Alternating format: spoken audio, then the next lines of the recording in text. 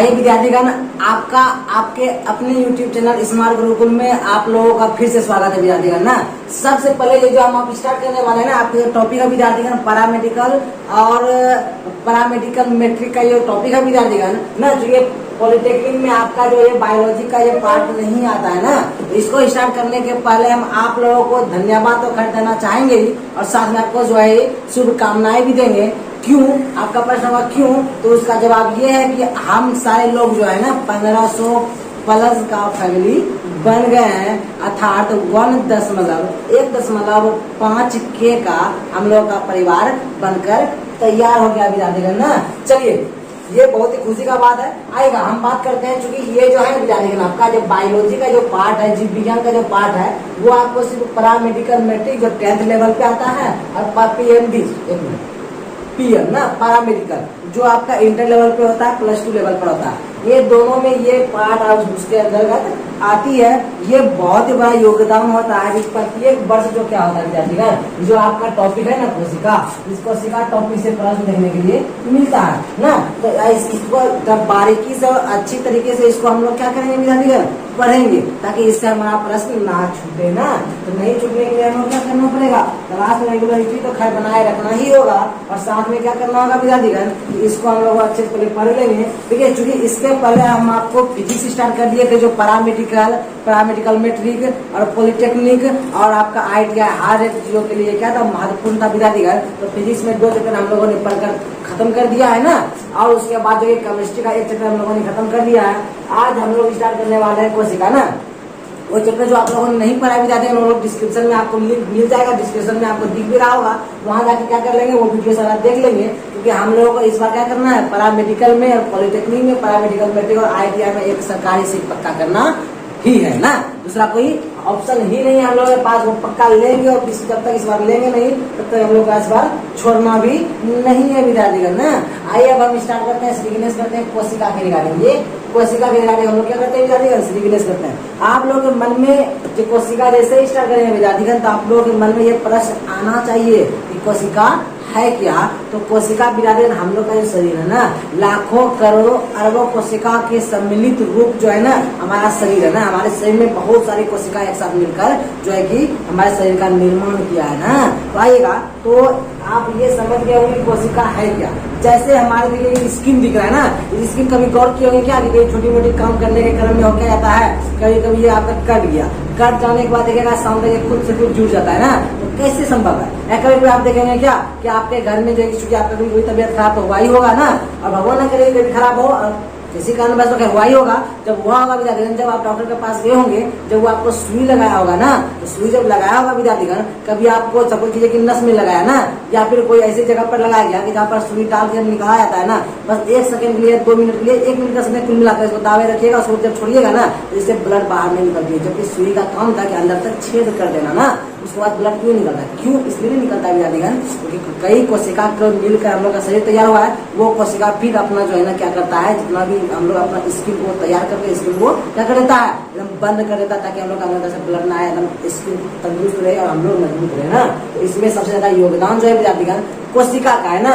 बहुत ज्यादा धूप कर देने के बाद, चूंकि हम लोग जानते हैं कि धूप की किरण में बहुत सारी ऐसी इफेक्ट होती है जो हमारे शरीर में बहुत सारे नेगेटिव प्रभाव डाल सकती है ना। तो उस सब की सहायता, उस सब से बचाव हमारा क्यों करती है जी, स्किन। आप लोग बोलेगा ये तो हमारा स्किन करती है, स्किन हमारी बचाए रखती है, लेकिन नहीं विद्यार्थीगण, उसको बचाए कौन करती है, कोशिका।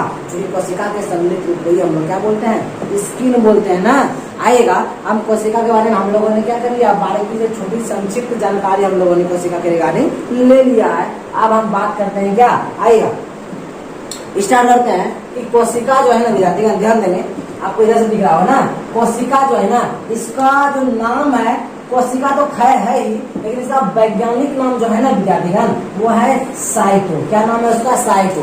आपके एग्जाम में ये पूछा गया ऑब्जेक्टिव प्रश्न में ना, ये क्या था कि कोशिका का जो वैज्ञानिक नाम है ना वो क्या है, तो हम लोग बोल देंगे साइटो है। क्या है विद्यार्थीगण, साइटो ना।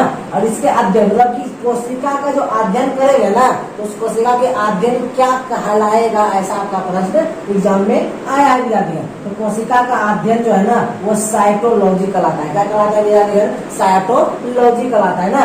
आइए, और कोशिका का खोज जो है ना एक प्रकार से सकते हैं जनक ना, मतलब कोशिका का जन्मदाता कौन है या कोशिका की खोज किसने किया है, तो कोशिका का खोज जो है ना विद्यार्थीगण वो रॉबर्ट हुक के द्वारा किया गया है। मतलब रॉबर्ट हुक ने क्या किया है, कोशिका का खोज किया है ना। ये आपके एग्जाम में जितना हम प्रश्न देते हैं विद्यार्थीगण वो सारा प्रश्न जो होता है क्या है कि आपके एग्जाम में पूछा गया ही होता है ना। उसको एक सम्मिलित रूप से एक कहानी के तौर पर, एक परिभाषा के तौर पर, एक सम्मिलित रूप से ऐसे समझाते हैं ताकि आप लोगों को एक बार में आपके जो है माइंड में गहन हो जाए और आपको याद करना ना पड़े, खुद ब खुद याद हो जाए ना। देखिए जितना भी होता है कि थ्योरी है, थ्योरी को पहले हम लोग बारीकी से चैप्टर वाइज पढ़ ही रहे हैं और उसके साथ साथ क्या करने में जा रहे हैं, जितना हम पढ़ाए हैं ना इसको हम पीडीएफ के रूप में बनाकर क्या करते हैं विद्यार्थीगण कि आपको टेलीग्राम पर डाल देते हैं। तो क्या करना है कि टेलीग्राम से जाकर अभी से अभी जुड़ जाइए ना, टेलीग्राम से जुड़ जाना है। और जो नए हैं इस चैनल को सब्सक्राइब कर देंगे ना, और इससे आप अंत तक जुड़े रहिएगा विद्यार्थीगण ना। जब अंत तक इट मीन्स क्या, जब तक आपका एग्जाम नहीं हो जाता, आपका फॉर्म तो छुट्टी अगले मंथ आने ही वाला है ना, फॉर्म फिलअप कीजिएगा और जो है कि जब तक एग्जाम नहीं देते तब तक जुड़े रहिएगा, आपको बहुत फायदा पहुंचाएगा विद्यार्थीगण ना। इस वर्ष जो है अभी जो एडमिशन चल ही रहा है, इस वर्ष का भी जो है ना स्टूडेंट यहाँ से हमारे जो ऑफलाइन के स्टूडेंट है विद्यार्थीगण सारे लोगों ने जो है अपना अपने सरकारी सीट को पक्का किया है। तो आप लोग से भी ना छूटे, आप लोग भी सरकारी सीट को पक्का करेंगे, वीडियो ऑफ कोर्स अपने क्लास में हो ही रही है ना, आएगा।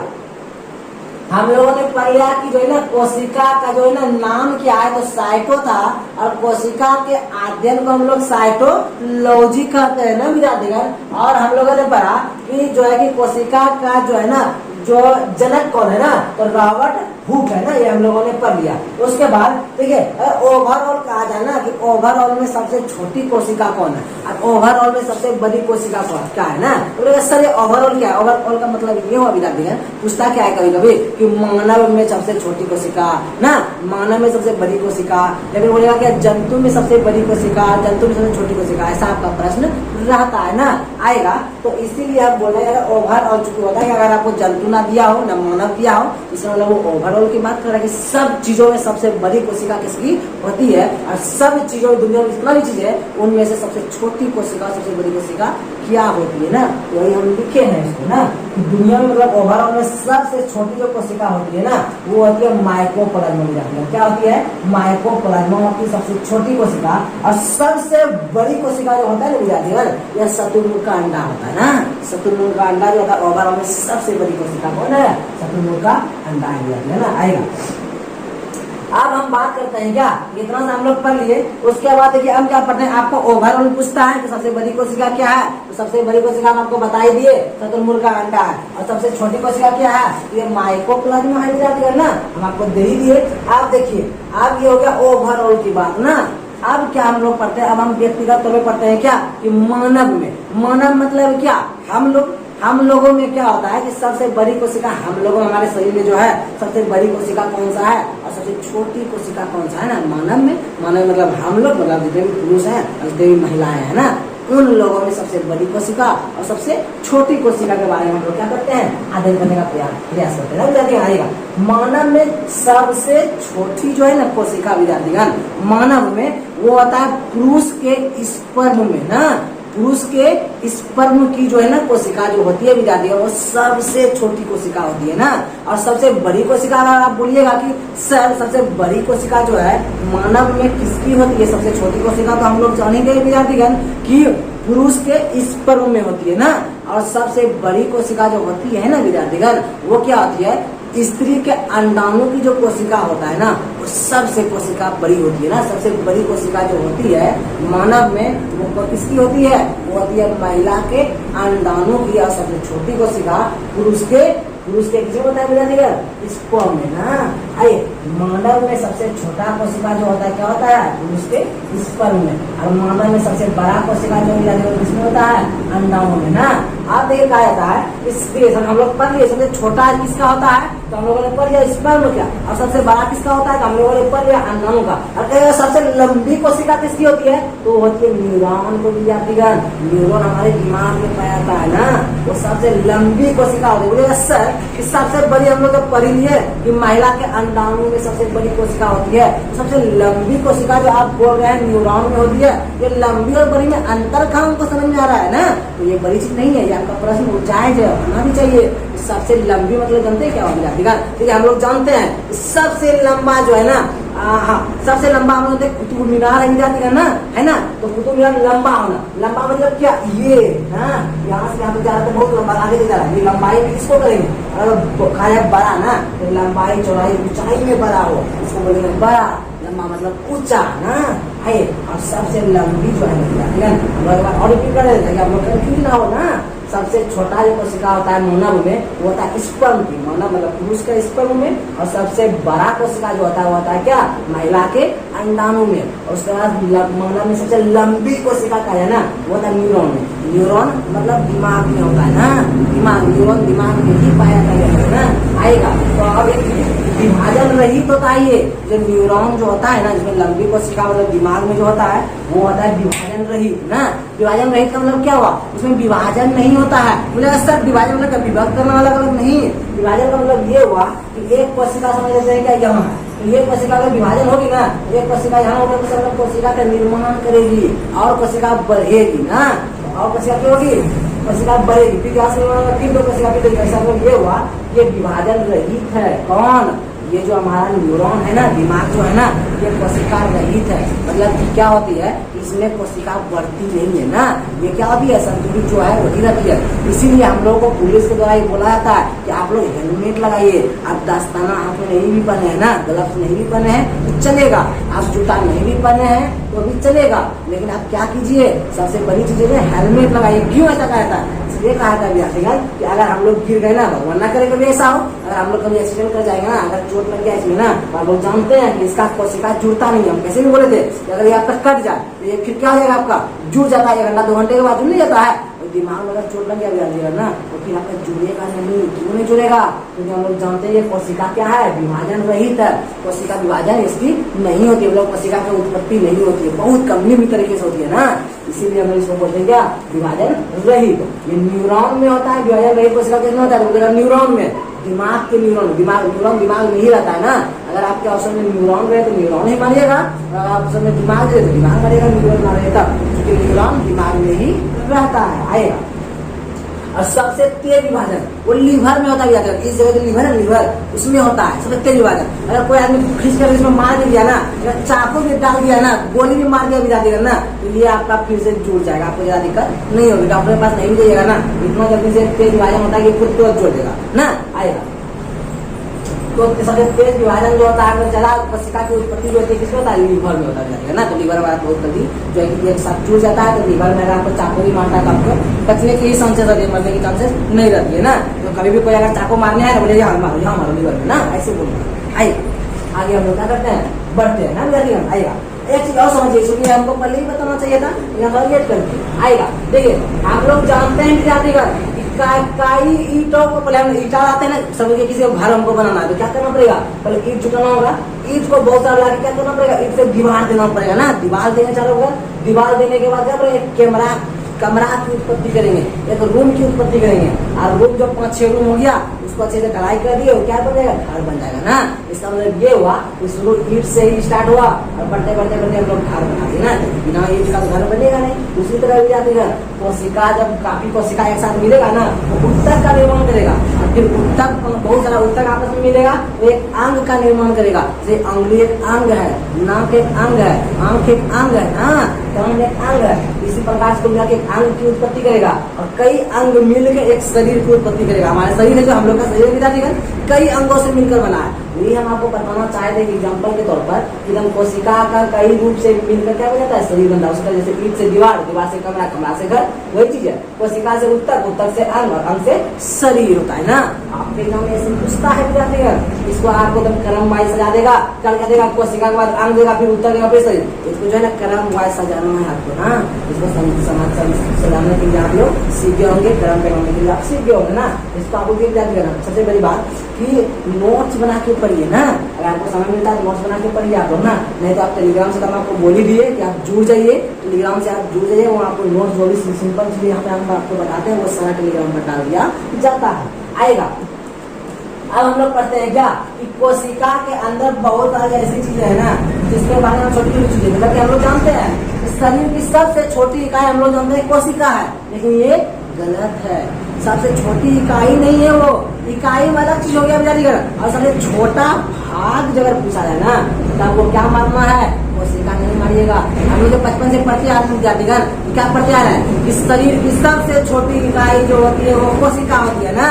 ये बिल्कुल सत्य तो है ही, लेकिन सबसे छोटी इकाई का मतलब हम लोग के माइंड में यह जाता है कि सबसे छोटा भाग कोशिका होता है शरीर का, नहीं, ऐसा नहीं होता है। देखिएगा ये कोशिका है ना, कोशिका कई भागों में विभक्त है ना। इसके मुख्य भाग, इसका जो आपके जन्म पूछा है ना 5 भाग को लीजिए, 1 2 3 4 और 5 भाग को लिए जो कोशिका के अंदर पाया था।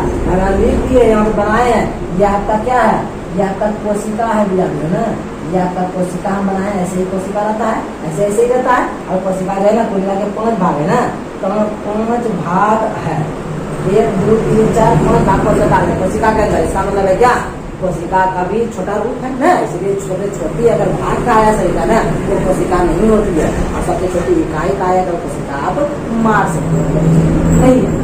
पहली चीज कोशिका झिल्ली जो है ना, ये कोशिका में पाया जाती है। ये कोशिका झिल्ली जो है ये पादप में भी पाया जाता है और जंतु में भी पाया था। बोलेगा सर ये पादप और जंतु क्या हुआ, पादप मतलब कैसे ऐसे हैं, इधर से ऐसे घूम रहे हैं, इधर से ऐसे घूम रहे हैं ना, इधर से ऐसे घूम रहे हैं फिर ऐसे घूम रहे हैं, इसको बोलेंगे पादप। मतलब कि वो सजीव तो हो लेकिन अपनी आप क्रिया से जरा दूरी भागों को तय ना करे ना, उसी को बोलते हैं क्या, पादप। जैसे हम जानते हैं कि पेड़ पौधा हम जानते हैं वो सजीव है, लेकिन वो सजीव अपने जगह पर ही है, ऐसे नीचे आएंगे, ऐसे आएंगे, फिर ऊपर फिर नीचे, ऐसे ही आके रहती है ना। मतलब एक जगह इसकी जगह पे रहती है, उसी जगह पे आगे पीछे और आगे और बाएं करती है ना, आए उसको बोलेंगे पादप। जंतु में जानते क्या आता है, जंतु में जितने भी आपका जो है कि जानवर आ गया ना, हम सारे लोग भी जंतु के अंतर्गत ही आते हैं। इसका मतलब ये समझाने का ये बताना चाहते जाते हैं। आपका समीकरण पूछा गया है कोशिका झिल्ली जो है ना निम्नलिखित में से किसमें पाया जाता है, हम लोग को मानना है ये पादप और जंतु दोनों में पाया जाता है। दोनों ऑप्शन आपका रहेगा, दोनों मारिएगा ना। आइए कोशिका झिल्ली जो है ना जानेगा ना, ये प्रोटॉन का बना होता है, किसकी बनी होती है जी, प्रोटॉन का बना होता है। और कोशिका झिल्ली जो है ना, कोशिका के सभी अंग जो है ना, झिल्ली में कोशिका के सभी अंग इसी झिल्ली में रहता है। कोशिका जितना भी अंग है ना वो सब कोशिका झिल्ली के अंतर्गत ही रहता है, इसके अंदर ही रहता है। उसके बाद कोशिका भित्ति पर है, ये ओनली जो ना प्लांट रहता है, मतलब पादप में बताया, मतलब छोटे छोटे जितने भी पेड़ पौधे हैं उसी में सिर्फ रहता है कौन, कोशिका भित्ति। इसका मतलब यहाँ से हम लोग एक चीज और सीखे हैं कि जो है कोशिका झिल्ली और कोशिका भित्ति ये दोनों किसमें पाया था, पादप में पाया था। आएगा सेल्यूकस का ये बना होता है, कोशिका झिल्ली आप भित्ति, आपके जब पूछा जाए कोशिका भित्ति किसकी बनी होती है तो बोले हम लोग सेल्यूकस का बना होता है। आएगा कि इसका कोशिका भित्ति का क्या काम है, सुरक्षा तथा आकार प्रदान करना, ये सुरक्षा और आकार प्रदान करना। हमारे शरीर के बहुत सारे अंग ऐसे भी है ना, उस समय के साथ बढ़ता भी है और घटता भी है, बढ़ता भी है और घटता भी है ना। आएगा तो वो चीज को कौन भित्ति है, कोशिका भित्ति का ही कार्य है बढ़ाना और घटाना ना। और ये सेल्यूकस का बना होता है, ये सिर्फ पादप में पाया जाता है। उसका देखिए माइटोकॉन्ड्रिया, माइटोकॉन्ड्रिया जो है ये कोशिका का एक भाग है। माइटोकॉन्ड्रिया को हम लोग बोलते हैं पावर हाउस या ऊर्जा गृह, मतलब ऊर्जा का घर ये बोल देंगे, या उसको बोलेंगे पावर हाउस बोल देंगे ना, या बोल सकते हैं आंतरिक दीवार, मतलब आंतरिक दीवार बंद करके रखेगा तो उसको प्रहार नहीं कर सकते ना, इसलिए इसको बोलते हैं माइटोकॉन्ड्रिया है ना। एग्जाम में याद रखिएगा, कभी पावर हाउस मिलेगा, कभी ऊर्जा गृह मिलेगा ना, कभी ऊर्जा गृह मिलेगा और कभी आंतरिक दीवार रहेगा, तीनों में से कुछ मार्ग। उसके बाद देखिए क्या है कि तारकाय, तारकाय है ये क्या, ये है कोशिका विभाजन जो होता है ना, ये तारकाय के सहायता से ये पूर्ण निर्माण होता है। कोशिका विभाजन का मतलब ये होता है पूर्ण निर्माण ना। आइए और सबसे ज्यादा जो है ना कोशिका का जो पूर्ण निर्माण होता है, मतलब कोशिका जो विभाजन होता है, जैसे लीवर में हम आपको पहले पढ़ाए थे, देखिए लीवर में से ज्यादा होता है कोशिका विभाजन। जब लीवर में आपको कोई चाकू भी मार देगा ना तो आप या कोई मार भी देना ना तो आप बचे रहिएगा ना। आइए उसके बाद ब्रेन जो होता है, न्यूरॉन जो होता है, ब्रेन के अंदर जो न्यूरॉन होता है उसमें सबसे कम कोशिका विभाजन होता है, इसलिए जो ना ब्रेन में हम लोग ब्रेन को बचाए रखते हैं ना, प्रोटेस्ट करके रखते हैं ताकि ब्रेन को ज्यादा दिमाग को ज्यादा परेशानी ना हो और हम लोग संजो कर अपने आप को रख सके ना। आइए उसके बाद लास्ट का केंद्रक ना, केंद्रक क्या है, ये ब्रेन ऑफ सेल है ना, मतलब दिमाग की एक कोशिका को, दिमाग की कोशिका को केंद्रक, मतलब केंद्रक जो है ना दिमाग में ज्यादा पाया जाता है ना। और देखिए ब्रेन में जो है ना बिजा देगा ना, प्रोटॉन जो है ना, प्रोटॉन रहता है 80%, ब्रेन में रहता है प्रोटॉन जो होता है ना, प्रोटॉन रहता है 80%। और जो है ना ब्रेन में जो डीएनए रहता है विद्यार्थी का, डीएनए रहता है 10%, डीएनए 10% रहता है ना, आएगा। और जो है ना केंद्रक में एक क्रोमोसोम और डीएनए और आरएनए आ जाता है, चूंकि डीएनए और आरएनए का हम लोग का एक और टॉपिक है, उस पर पढ़ेंगे, आपके एग्जाम में पूछता है ना। चलिए आप लोग को चूंकि ये तो आप लोग समझ ही गए होंगे ना, इसका जो है कि जो भी छोटी मोटी बातें रहेगी एक क्लास और लेंगे, उसके बाद ऑब्जेक्टिव इसका प्रश्न लेकर हम चलेंगे ना, ऑब्जेक्टिव का सीरीज हम लोग लेके चलेंगे ना। ये पूरी कोशिका लगभग हम क्लियर करा देंगे जो आपके एग्जाम के पॉइंट ऑफ व्यू से इम्पोर्टेंट है ना। इसके ऑब्जेक्टिव के पॉइंट को भी हम लोग को साथ में लेकर चलना है, तो ऑब्जेक्टिव के जितना भी लेकर हम लोग चलेंगे उसको बारीकी से भी पढ़ते चले जाएंगे। और ऑब्जेक्टिव बाबू जितना हम आपको दिया जाएगा, आपको नोट्स के रूप में आपको जो है टेलीग्राम पर डाल दिया जाएगा, उस नोट से अभी प्रश्न बाहर अभी तक नहीं रहा है, आपका भी बाहर नहीं रहेगा, वो नोट्स आपको टेलीग्राम पर मिल जाएगा। टेलीग्राम में जाकर आप क्या कर लीजिए, ज्वाइन कर लीजिए, क्लास को रेगुलरिटी बनाए रखे ना। इस बार जब तक हम लोग एग्जाम को तोड़ेंगे नहीं तब तक हम लोग रुकेंगे ना।